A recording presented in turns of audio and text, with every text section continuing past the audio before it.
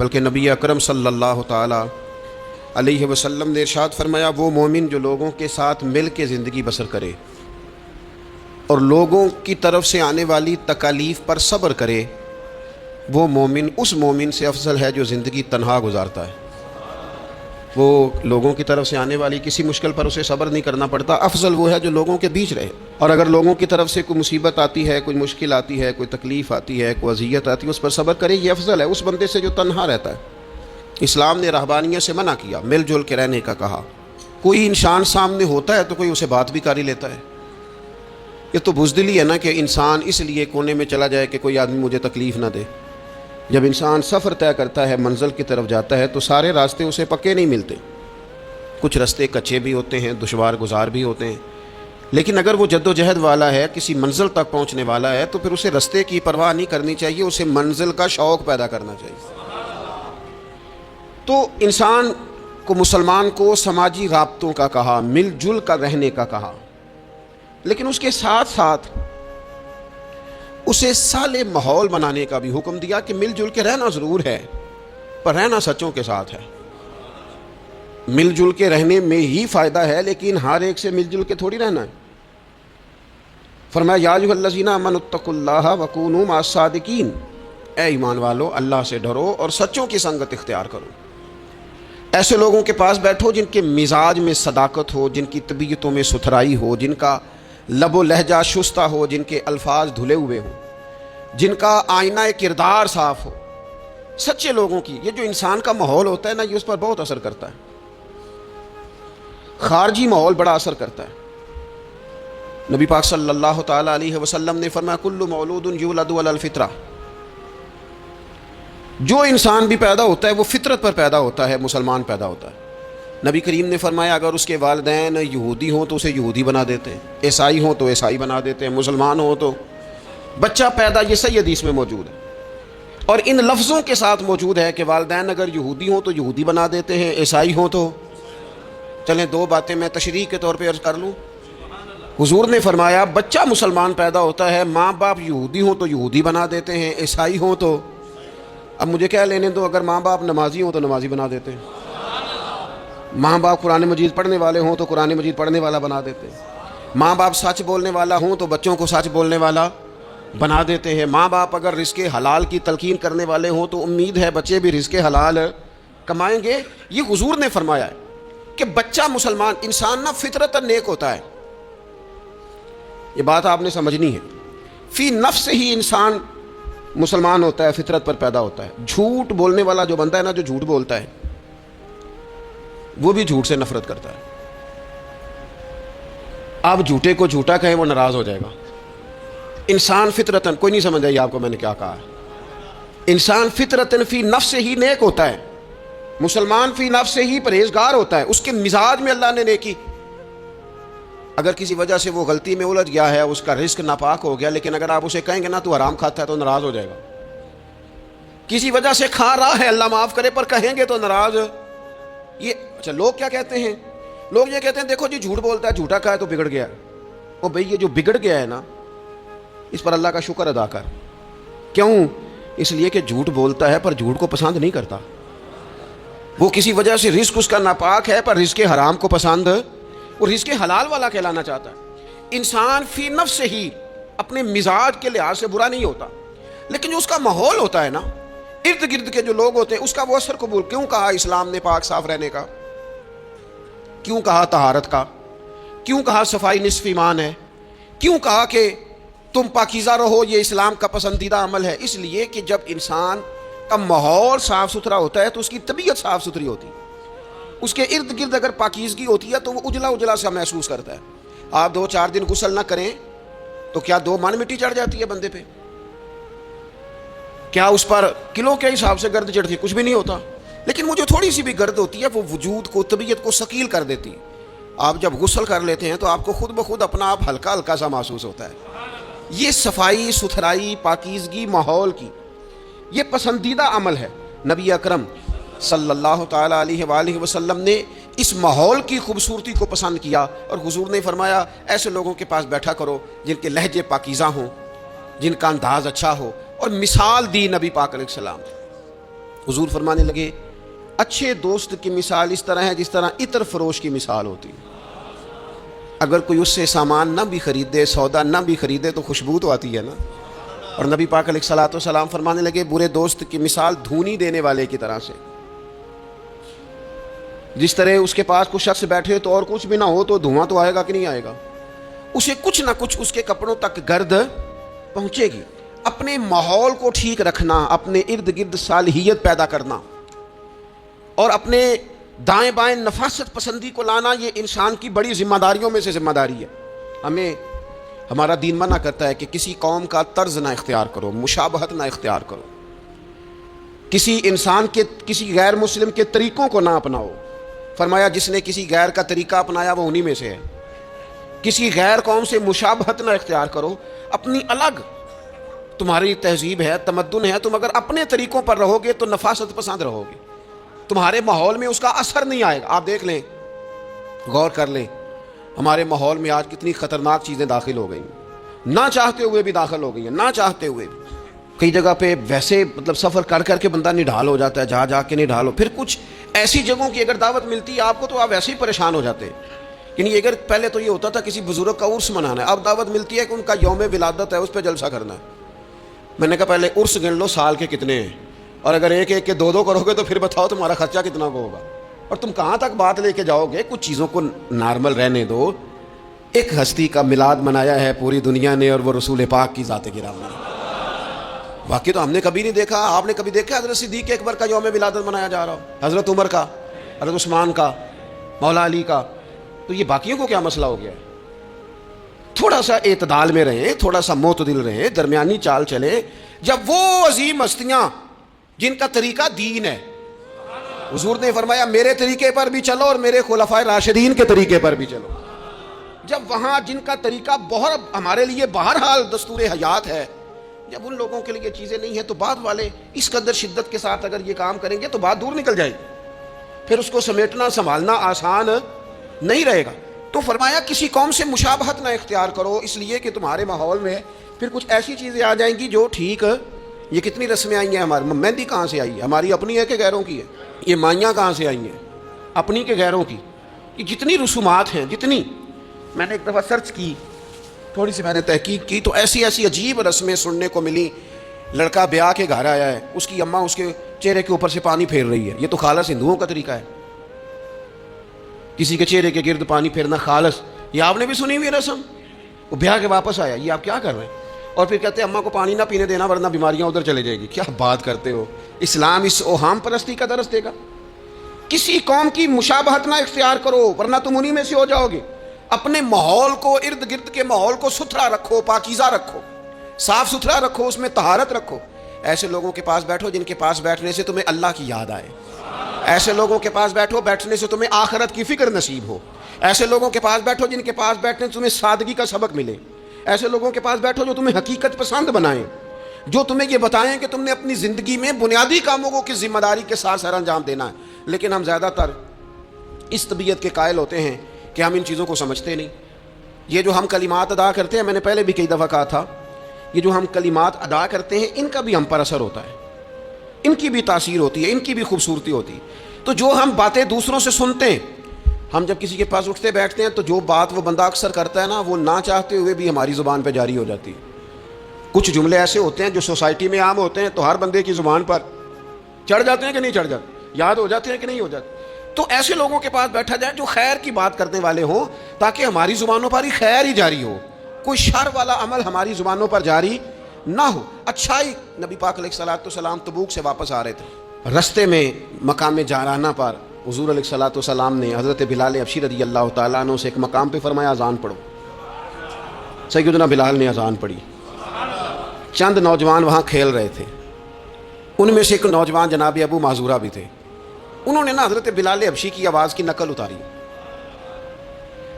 یہ اگر نیت اچھی ہو نا تو اچھوں کی نقل بندے کو تار دیتی ہے. ہاں اگر نیت اچھی ہو، اگر معاذ اللہ توہین کی نیت ہو تو یہ مسئلہ خطرناک ہے. حضرت موسیٰ علیہ السلام کے زمانے میں ایک شخص تھا تو جناب موسیٰ کی نقل اتارتا تھا، اس کا انتقال ہو گیا تو رب کریم نے فرمایا اس لیے اسے معاف کر دیا ہے کہ ادائیں تو میرے کلیم کی اپناتا تھا، ادائیں تو میرے کلیم کی اپناتا تھا. حضرت بلال کی نقل اتاری تو سرکار کے کانوں میں آواز گئی. آپ نے صحابہ سے فرمایا بچوں کو لاؤ. اب جب ان کو منگوایا تو وہ دوڑ گئے. محبوب نے فرمایا کتنا کو دوڑو گے؟ پکڑ تو ہم نے لینا ہے. سب بچوں کو لے آئے. حضرت ابو معذورہ بھی ہیں. حضور نے فرمایا کس نے اذان کی نقل اتاری ہے؟ تو یہ بچے بڑے پکے ہوتے ہیں, اگر ایکا کر لینا آپس میں. حضور نے فرمایا کس نے اذان پڑھی ہے؟ کوئی نہیں بولا. کریم فرمانے لگے چلو باری باری سناؤ. اب حضرت ابو معذورہ کی باری آئی. مختلف انداز میں بھی روایت مختلف جگہوں پہ موجود ہے. جب ان کی باری آئی انہوں نے اذان پڑھی. پہلے تو پڑھی تھی اپنی مرضی سے, اب پڑھی کریم رسول کی صحبت میں کھڑے ہو کے. اور یار حد ہو گئی جو نبی پاک کے سامنے کھڑا ہو کے کہے اشہد ان لا الہ الا اللہ, جو حضور کے سامنے کھڑا ہو کے کہے اشہد ان محمد رسول اللہ, پھر وہ بندہ خالی رہ جائے. حضور نے فرمایا کتنی سونی ہے تیری آواز. اور پھر سرکار نے ان کے سر پہ ہاتھ پھیرا, پھر ان کے دل پہ ہاتھ پھیرا. تھوڑی دیر ہوئی ایک آیا کالیاں زلفاں والا. ایویں تھوڑی دیر ہوئی ایک آیا کالیاں زلفاں والا. 2 کڑیاں میرے من وچ رکیا ہے تے کر گیا نور اجالا. ہر چیز تبدیل ہو گئی. محبوب نے دعا کی اللہ انہیں اسلام کی ہدایت دے دے. حضرت ابو معذورہ کہتے ہیں چند منٹوں میں میرا ماحول بدلا, میری تقدیر بھی بدل گئی, میں کلمہ پڑھ کے مسلمان ہو گیا. اب نبی پاک علیہ السلام نے کیا فرمایا؟ فرمایا کہ بلال اذان پڑھیں گے مدینہ طیبہ میں اور ابو معذورہ پڑھیں گے مکہ مکرمہ میں. ان کے بال اتنے بڑے تھے کہ وہ بیٹھتے تھے نا تو ان کے نیچے دب جاتے تھے. لوگوں نے کہا کٹواتے کیوں نہیں؟ کہنے لگے کیسے کٹواؤں؟ حضور نے دست مبارک لگایا, یہ میں بال قبر میں ساتھ لے کے جاؤں گا. پسے مردن فرشتوں نے جو تلاشی لی تو کیا نکلا؟ کہتے میں انتقال کر گیا, فرشتے قبر ٹٹولنے لگے کہ بھلا کیا لے کے آیا؟ پسے مردن, بعد مرنے کے پسے مردن فرشتوں نے جو تلاشی لی تو کیا نکلا؟ فقط ایک دل کے گوشے سے خیال مصطفیٰ نکلا. حضور کا خیال پاک نکلا. حضرت ابو معذورہ کو تھوڑی دیر وہ ماحول ملا, حضور کی سنگت مبارک. ہمارا جو ماحول ہے نا ارد گرد کا, وہ تھوڑی دیر بھی پاکیزہ, پورا پاکیزہ تھوڑی دیر بھی مل جائے نا تو روح کو بدل جاتا ہے, طبیعتیں قرار میں آ جاتی, باطن میں سکون ٹھہرتا ہے, ماحول اجلا نہیں رہا. میں کئی دفعہ کہتا ہوں کہ شاید ہمارے دور میں بھی موبائل اتنا عام ہوتا تو جو کچھ لوگ اس دور میں چند لفظ پڑھ گئے تھے وہ بھی شاید محروم رہ جاتے. اب تو بچے بڑی آزمائش میں ہیں, ساری غلطی بچوں کی نہیں ہے. بچے بڑی آزمائش میں ہیں اس لیے کہ ان کے ارد گرد ماحول اتنا خطرناک ہے. وہ کیسے اثر قبول, سیانے بندے اثر قبول کرتے ہیں, سمجھدار لوگ اثر قبول کرتے ہیں, تو بچے بیچارے کیا کریں؟ ماحول بہترین بنانا, ماحول کو صاف رکھنا, اور بالخصوص اپنے گھر کے ماحول کو ٹھیک رکھنا, یہ بہت بڑی ذمہ داری. ہم یہ سمجھتے ہیں کہ صرف گھر اینٹوں اور پتھروں سے بنتا ہے. گھر کے ماحول کو ٹھیک رکھنا سب سے پہلی ذمہ داری. بچوں کے لیے اچھی ماں کا انتخاب, اچھی بیوی لے کے آنا گھر میں, یہ سب سے زیادہ اہم مسئلہ ہے. نہ مانے ہم, لیکن بہرحال ڈھیر ساری جگہوں پہ دولت دیکھی جاتی ہے شادی سے پہلے. ماں باپ نے بڑی زیادتی کی, بڑا ظلم کیا, ناراض نہ ہونا, بڑا ظلم کیا. پیسے دیکھے بچی اور بچے کا نکاح کر دیا. یہ اتنا بڑا زندگی میں آپ نے اپنی اولاد کے ساتھ ظلم کیا ہے کہ آپ تو سائیڈ پہ ہو جائیں گے, لیکن وہ بیچارہ ساری زندگی اس کو بھگتے گا. نبی پاک صلی اللہ تعالی علیہ وسلم نے الفاظ کو کھول کر, بات کو واضح کر کے بتایا تھا.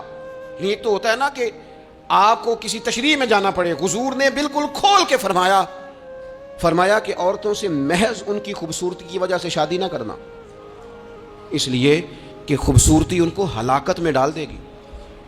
اور فرمایا محض ان کے مال کی وجہ سے شادی نہ کرنا, مال ان کو سرکش بنا دے گا. یا رسول اللہ صلی اللہ تعالی علیہ وسلم پھر کیا کرے؟ تو محبوب فرمانے لگے ان کی دینداری کی وجہ سے ان سے شادی کرنا. اور یہ ابن ماجہ میں لفظ موجود ہیں, اللہ کے محبوب علیہ الصلوۃ والسلام فرمانے لگے کان میں سوراخ والی کالے رنگ کی باندی اگر دیندار ہو تو تمہارے لیے بڑی بہتر ہے. باندی ہو, رنگ سیاہ ہو, کان میں سوراخ ہو, اس سے نکاح کر لینا, شرط یہ ہے کہ دیندار ہو. بہت اثرات ہیں ماں کے, لہٰذا اس انتخاب کے اندر باریکی کا مزاج پیدا کریں اگر اپنے گھر کا ماحول ٹھیک رکھنا چاہتے ہیں. اور اگر ماحول ٹھیک نہیں ہے تو پھر آپ کروڑوں روپیہ لے آئیں, جس کے بچے ہی ناکام ہو گئے اس کے پیسے کیا کریں گے؟ آپ بہت بڑا گھر بنا لیں, لیکن اگر بچے ہی ناکام ہو گئے تو آپ کی بڑی حویلی کیا کارنامہ سر انجام دے. اور اسی طرح کا معاملہ مرد کے ساتھ بھی ہے. نبی پاک علیہ الصلوۃ والسلام نے فرمایا جب تمہیں ایسے لوگ پیغام نکاح دیں جن کا دین اور اخلاق اچھا ہو، تو پھر اپنی عورتوں کا نکاح ان سے کر دو۔ اگر ایسا نہیں کرو گے تو زمین میں فتنہ برپا ہوگا، فساد ہوگا۔ نیک مرد جب ملے تو پھر اس کے ساتھ نکاح کرو۔ صحیح بتانا، خالی نیک دے کے رشتہ دے دیا جاتا ہے؟ نیک ہے، دیندار ہے، اچھے اخلاق والا ہے، خالی تقویٰ دے کے لوگ رشتہ دیتے ہیں؟ بڑا کچھ دیکھا جاتا ہے، بڑا پس منظر دیا تو تنخواہ تھوڑی ہو تو کہتے ہیں کماتا ہی کچھ نہیں۔ اگر تو بہو آئے تو پھر تو اس کے نصیب کا رزق ہے، اگر بیٹی نے جانا ہو تو پھر اس کے نصیب کا رزق نہیں ہوتا۔ تو جن رشتوں کی بنیاد لالچ پر رکھی جاتی ہے وہاں گھر کا ماحول درست رکھنا ممکن نہیں رہتا۔ گھر کا ماحول اس وقت درست رہتا ہے جب تقویٰ کو، طہارت کو، پرہیزگاری کو، عمدہ اخلاق کو، عمدہ اطوار کو، اچھے نظریات، ستھرے مزاج، گھرداری کے ماحول کو جب پیش نظر رکھا جاتا ہے پھر حالات کچھ اور طرح کے ہوتے ہیں۔ لیکن ہمارے ہاں چونکہ یہ چیزیں دیکھی نہیں جاتی، اس پر غور نہیں کیا جاتا، اور میں نے پہلے بھی کہا ہے، پھر کہتا ہوں، یہ بات ضروری ہے، اس پر آپ نے غور کرنا ہے۔ لوگ دیندار ہوں، دیندار نظر نہ آتے ہوں، تھوڑی سی اس پر غور کر لیں، دینداری کا لیبل نہ ہو، اندر دینداری موجود ہو، صرف بار بورڈ نہ ویزا ہو، اس کے اندر باقاعدہ تقویٰ ہو، پرہیزگاری ہو، اللہ کا خوف ہو، اور سب سے ضروری چیز اچھے اخلاق ہو۔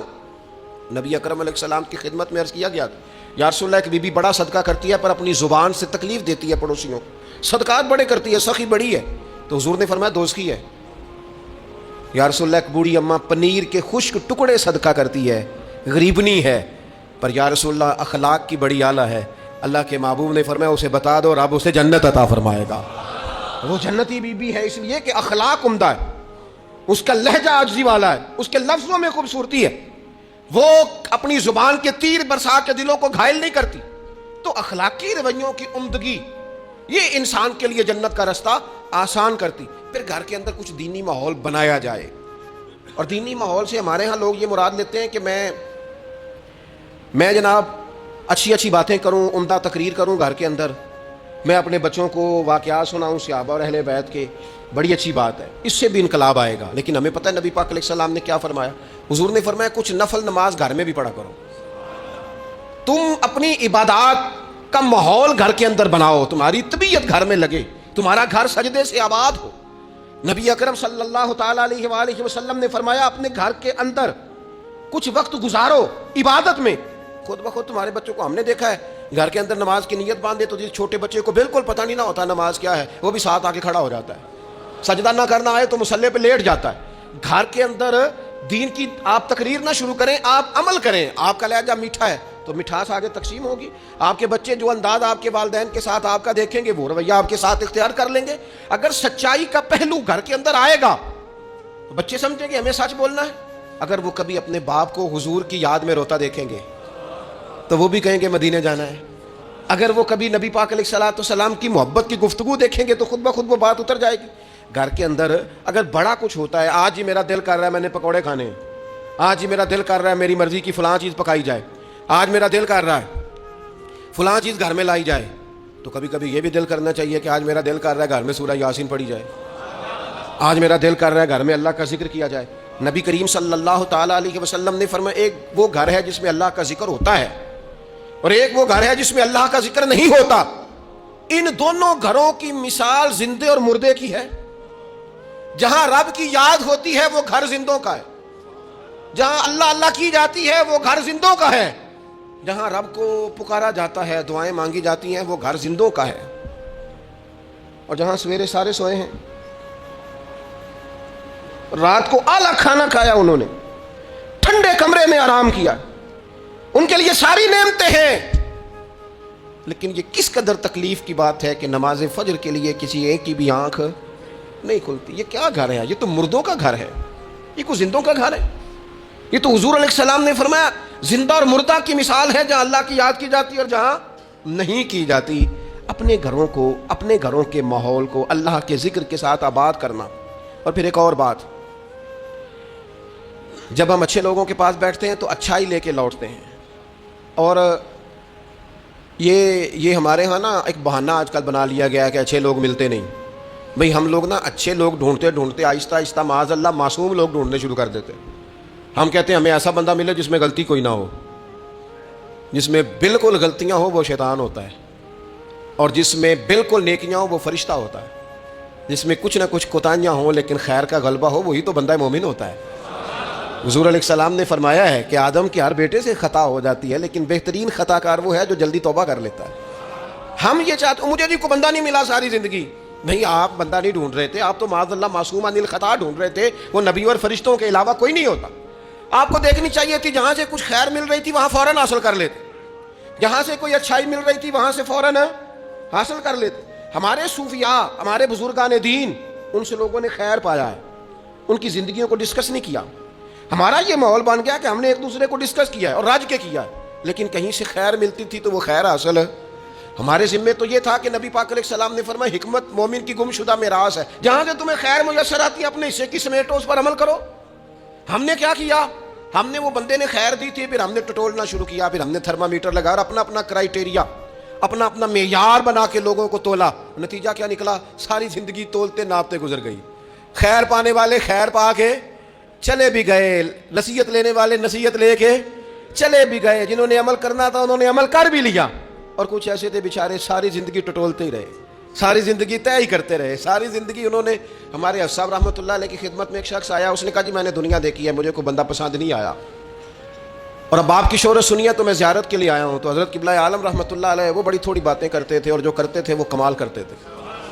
وہ فرمانے لگے آپ کھانا کھائیں، فقیر کے لائق کو حکم ہو تو کریں، باقی چونکہ آپ نے کافی دنیا دیکھی ہے تو وہ جتنے آپ دیکھ آئے ہیں میں ان سب سے زیادہ گناہ گار ہوں، لہٰذا اگر آپ اتنے لوگوں کو دیکھنے کے بعد یہاں آئے ہیں تو آپ کو یہاں سے کچھ نہیں ملنے والا، اس لیے کہ ہم تو ان سب سے چھوٹے ہیں، ہمارا یہ معیار ہے۔ یہ عاجزی، یہ انکساری، یہ درد، اس شخص کو اگلا سوال کرنے کا موقع ہی نہ ملا۔ کہنے لگا آپ مجھے بیعت فرما لیں، تو کہنے لگے نہیں نہ، اتنی تنقیدی نظریں اور اتنا گہرا مطالعہ، تھوڑے عرصے کے بعد آپ پریشان رہنے لگ جائیں گے، آپ جائیں ابھی ڈھونڈیں، ابھی تلاش کریں، بھی آپ کو وقت لگے گا، آپ تھوڑا گھوم لیں۔ زندگی میں کچھ لوگ خیر پا ہی نہیں سکے، انہیں اچھے لوگ ملے ہی نہیں، حالانکہ یہ میرے نبی پاک کی امت ہے۔ میں بڑی بات کرنے لگا ہوں، بڑی، اگر آپ کی سمجھ میں آئے تو یہ حضور کی امت ہے، کنتم خیر امت، یہ نبی پاک پر نازل ہونے والے قرآن کا فیصلہ ہے۔ اور میرے رسول پاک علیہ السلام نے فرمایا میری امت میں سے بڑی جماعت سواد اعظم ہمیشہ حق پہ رہے گی، بڑے لوگ ہمیشہ حق پہ رہیں گے، اور حضور نے فرمایا میرے دین پر ہمیشہ عمل کیا جاتا رہے گا۔ تو قرآن و حدیث تو کہتے ہیں خیر والے لوگ موجود ہوں گے، تو جسے مل نہیں رہے، اور ایک دو چار لوگ نہیں، جماعت کہا، کتاب و سنت کہہ رہی ہے لوگ ہیں ملیں گے، اور جس کو مل نہیں رہے اس کا معنی یہ ہے کہ وہ سامنے والے کا چہرہ تو صاف کر رہا ہے پر اپنی اینک کا شیشہ صاف نہیں کر رہا۔ وہ سامنے سے آئینے کو تو الزام دے رہا ہے، لیکن وہ اپنے چہرے سے نقاب اتارنے کو تیار نہیں ہے۔ بندے بندے نو میں لبن ٹریا تے جاگتے ملیا نہ کوئی، اپنے اندر چاہتی پائی تے میں تھوں برا نہ کوئی۔ جو لوگ خیر اچھے لوگوں کو ڈھونڈیں اور اچھائی سے فیض پائیں، اس سے فیض حاصل کریں۔ جو لوگ بھی ڈگریوں پر بحث کرتے ہیں نا، ٹیچر آئے ایف اے کے، بی اے کے، ایم اے کے، انہوں نے آتے ہی کلاس میں کہا کتابیں نکالو بھائی، پہلے دن فرسٹ ایئر کی کلاس بیٹھی ہے، سمجھ لیں اردو کے ٹیچر، کتابیں نکالو۔ تو ایک اسٹوڈنٹ صاحب اٹھ کے کھڑے ہو گئے، انہوں نے کہا سر جی پہلے آپ یہ بتائیں کہ آپ نے ایم اے اردو کیا ہوا ہے، پھر آپ یہ بتائیں کہ ایم اے کے بعد آپ نے بی ایڈ یا ایم ایڈ کیا ہے، پھر یہ بتائیں کہ آپ میرٹ پہ ہیں کہ سفارش میں ہیں۔ اگر یہ تین سوال اسٹوڈنٹس کرے تو استاد جواب دے دے گا، ہاں ایسے شاگرد کے لیے ڈنڈا سوٹا چلایا جا سکتا ہے، بھائی تو کتاب کھول، تو کون ہوتا ہے یہ پوچھنے والا، تیرا یہ کام نہیں۔ یہ مجھ سے پوچھے گا کالج کا پرنسپل، یا مجھ سے پوچھے گا اس ادارے کا ہیڈ جو مجھ سے بڑا ہوگا، اسے میں ڈگری دکھاؤں گا، تو کون ہوتا ہے؟ تیرے ذمہ یہ آیا ہے کہ تو مجھ سے پڑھ، کتاب کھول، میں تجھے پڑھاؤں، یہ تیری ذمہ داری۔ میرے دور کا سب سے بڑا مسئلہ یہ ہے کہ لوگوں نے کہا اولیاء کی ڈگریاں چیک کریں گے، معاذ اللہ یہاں تک کہ کہا پہلے صحابہ کی تاریخ دیکھیں گے، کون کس کے ساتھ مشاجرات میں تھا، پہلے وہ چیک کریں گے پھر فیض پائیں گے۔ ہمیں تو ہمارے نبی نے کہا تھا صحابی کا نجوم، میں نے یہ سارے تمہارے لیے ستارے بنائے ہیں، تم جس کے پیچھے چلو گے اللہ تمہیں ہدایت عطا فرما دے گا۔ لیکن یہاں لوگوں نے کہا ہم ڈگریاں دیکھیں گے، نقصان کیا ہوا؟ بے فیض رہ گئے۔ نتیجہ کیا نکلا؟ پا کچھ نہیں سکے۔ لازمی طور پر رزلٹ یہ برآمد ہوا کہ شر ہی شر پھیل گیا، فتنہ ہی فتنہ ہو گیا۔ ہمارے ذمے تو خیر لینا تھا، خیر نہیں لی، ڈگریوں پہ بحث کی، نتیجہ غلط برآمد ہوتا ہے۔ اپنی مومن کی گم شدہ میراث ہے حکمت، جہاں سے خیر کی بات ملے اسے لو۔ حضرت عبداللہ ابن عباس آپ فرمایا کرتے تھے بس ایک کام کرنا، لا تجالسوا اہل الہوا، جو لوگ ہوائے نفس والے ہوں، برے ہوں، ان کی مجلس نہ کرنا، بروں کے پاس نہ بیٹھنا۔ حضور کیا ہوگا؟ فرمایا اگر ان کے پاس بیٹھو گے نا تو تمہارا دل اور تمہاری روح بیمار ہو جائے گی، روح بیمار ہوگی، دل سخت ہو جائے۔ بروں کی صحبت سے اپنے آپ کو بچانا، اپنے ارد گرد کے ماحول میں خیر والے۔ داتا گانج بخش علی اجویری رحمۃ اللہ تعالیٰ علیہ ارشاد فرماتے ہیں کہ ایک بندہ طواف کعبہ کر رہا تھا، بیت اللہ شریف کا طواف کر رہا تھا، اور وہ طواف کرتے کرتے نا دعائیں مانگ رہا تھا، یا اللہ میرے دوستوں کو نیک کر دے، یا اللہ میرے دوستوں کو پرہیزگار کر دے، یا اللہ میرے دوستوں کو اچھا کر دے۔ داتا صاحب فرماتے ہیں میں نے اس کا بازو تھام لیا، میں نے کہا یہ کیا دعا ہوئی، کوئی اپنے لیے بھی مانگ۔ تو کہتے ہیں وہ کہنے لگا حضور اگر میرے دوست نیک ہوئے تو میں انشاءاللہ خود بخود ہی ہو جاؤں گا، اگر میرے ارد گرد کا ماحول ٹھیک ہوا تو مجھے بھی خیر کی طرف لے جائیں گے۔ اگر ماحول ٹھیک ہو دائیں بائیں، ہم یہ کرتے ہیں کہ ہم نا کئی دفعہ اپنی آگ بجھاتے ہیں، پڑوسیوں کی بجھانے کی کوشش ہے۔ میرے ابا جی پتہ کیا کہا کرتے تھے، وہ کہتے سن پتر جے گوانڈیاں دی آگ نہ بجھائیے تو اپنے گھر بھی آ جاندی۔ تو پڑوسی کی آگ کئی دفعہ اس لیے بھی بجھا دینی چاہیے کہ ایسا نہ ہو کہ اگر وہ جلتی رہی تو ہمارے گھر بھی۔ اپنے ماحول کو ٹھیک کرنا چاہیے، ارد گرد کے سارے ماحول، کیونکہ ماحول ٹھیک رہتا ہے تو اس میں رہنے والے بچے، اس کے اندر بسنے والے لوگ یہ بھی ٹھیک رہتے ہیں، اور اگر ماحول بگڑ جائے پھر سارا کچھ بگڑ جاتا ہے۔ اپنی مجالس کو عمدہ کریں۔ دوستوں کے ماحول میں نہ ایک دوست رواج ڈالے کہ یار ٹھیک ہے گپ شپ بڑی ہو گئی، میرے پاس حضور کا ایک فرمان ہے، یہ دیکھو میں موبائل میں لے کے آیا ہوں، اگر مجھے 2 منٹ دو تو میں اپنے کریم کی ایک حدیث نہ تمہیں سناؤں۔ تھوڑا سا تانا دیں گے، تھوڑا سا کہیں گے بہ جا تو ایڈا مولوی، پتہ ہے جتنا تو نیک ہے، تھوڑا سا کہیں گے، لیکن یہ 2-4 منٹ کے لیے ہوگا، اور حضور کی بندہ حدیث سنائے اور پھر سرکار کا فیض حاصل نہ ہو، پھر اللہ کی مدد نہ آئے۔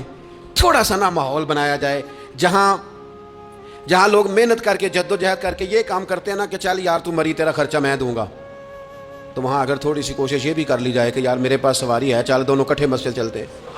اپنے ماحول میں تقویٰ لایا جائے، صالحیت لائی جائے، ارد گرد کے ماحول کو اللہ رسول کی باتوں سے آراستہ کیا جائے، خیر بانٹنے کی کوشش کی جائے۔ میں دیکھتا ہوں تلخ تلخ طبیعتیں ہیں، پریشان لوگ ہیں، رج کے سوئے ہیں، رج کے کھایا ہے، اور اچھی جگہ پہ اللہ نے رہنے کا موقع دیا ہے، لیکن طبیعت کو قرار نہیں ہے۔ کیوں؟ اس لیے کہ جسم سیر ہو گیا، روح پیاسی ہے، باطن تڑپتا ہے، اس کے اندر بھوک ہے، درد ہے۔ جب ہم خیر والی مجالس برپا کریں گے، وہ صحابہ کی محفلیں جہاں علمی باتیں ہوتی تھی، جہاں خیر کی گفتگو ہوتی تھی، جہاں حضرت عمر فاروق کے گرد بہت سارے صحابہ بیٹھے، حضرت عبداللہ ابن عباس کو آپ اکثر قریب بٹھایا کرتے تھے، فرمانے لگے یار میرا دل کرتا ہے قرآن مجید کی ایک سورہ ہے اس کی تفسیر بیان کی جائے۔ میں بھی اپنے فہم کے مطابق کچھ کہتا ہوں، حضرت عمر جیسے لوگ، انداز کتنا عاجزی والا ہے، میں بھی اپنے علم کے مطابق بات کرتا ہوں، سارے رائے دو۔ بعض لوگوں کا خیال تھا حضرت عبداللہ ابن عباس کو زیادہ آگے کیوں بٹھاتے ہیں، اتنے کبار صحابہ کی موجودگی۔ حضرت عمر نے سورہ نصر تلاوت کی، اذا جاء نصر اللہ والفتح ورأیت الناس یدخلون فی دین اللہ افواجا۔ آپ نے بھی کچھ تفسیر بیان کی، کچھ باقی لوگوں نے بھی بیان کی۔ حضرت عبداللہ ابن عباس جوان تھے، 15-16 سال عمر تھی، فرمایا آپ بھی کوئی تفسیر بیان کریں کہ اللہ کی مدد آ گئی، پھر فتح حاصل ہو گئی، پھر آپ دیکھیں گے لوگ فوجوں کی فوجیں دین میں داخل ہو رہے ہیں، اس کی تفسیر آپ بھی بیان کریں۔ حضرت عبداللہ ابن عباس نے پہلے ٹھنڈی آہ بھری، پھر بات کہنے سے پہلے آنسو آئے، پھر فرمانے لگے امیر المومنین اس آیت میں نبی پاک کے وصال ظاہری کی خبر دی گئی ہے، یہ صورت بتاتی ہے کہ اب حضور کے وصال کا وقت آ گیا ہے، اس لیے کہ جب فتح ہو گئی ہے، جب فوجوں کی فوجیں لوگ دین میں آ گئے ہیں، تو اب رب نے کہا فسبح بحمد ربک واستغفر، اب آپ تسبیح پڑھیں، استغفار کریں، اللہ کی حمد کریں۔ یہ حضور کے وصال کی طرف اشارہ ہے۔ صحابہ بھی روئے، حضرت عمر بھی روئے، عبداللہ ابن عباس بھی روئے، بس وہ رونا ہی تھا کہ محفل کو نیا رنگ مل گیا، اس ماحول کا حسن نور علی نور ہو گیا، یہ کیفیات پیدا ہوں، یہ ماحول ہمارے ہاں بنے، اور یہ بن سکتا ہے اپنے گھروں میں ان چیزوں کو ہم لے کے آئیں۔ کوئی آج یار میں نے یہ خیر کی بات سنی ہے یہ، اور اگر جواب میں کبھی پتر بھی کہہ دے ابا جی آپ نے سنی ہے تو میں نے بھی ایک سنی ہے، میں سناؤں۔ ہمارے ہاں گھروں میں آج بھی بحث ہی ہوتی ہے دین پر، بحث نہیں کرنے کا کہہ رہا، میں یہ کہہ رہا ہوں کہ ایک خیر کی بات ادھر سے آئے، پھر ایک خیر کی بات ادھر سے آئے، اور جہاں دین کی بات اس خوبصورتی سے ہوگی وہاں اللہ کی رحمتیں ہوں گی، وہاں دل نرم ہوگا، وہاں محبتوں کو فروغ ہوگا۔ علمی مجالس میں وقت دیا جائے، خیر کی جگہوں پہ ہم جا کے بیٹھیں، ہم اچھائی حاصل کرنے کی کوشش کریں، ہم حکمت سمیٹنے کی کوشش کریں۔ پرانے لوگ جو تھے وہ بچوں کو کہتے تھے بیٹا دادا کے پاس بیٹھا کرو، نانا کے پاس بیٹھا کرو، تمہیں وہاں سے اچھی بات ملے گی۔ وہ حضرت لقمان حکیم نے اپنے بیٹے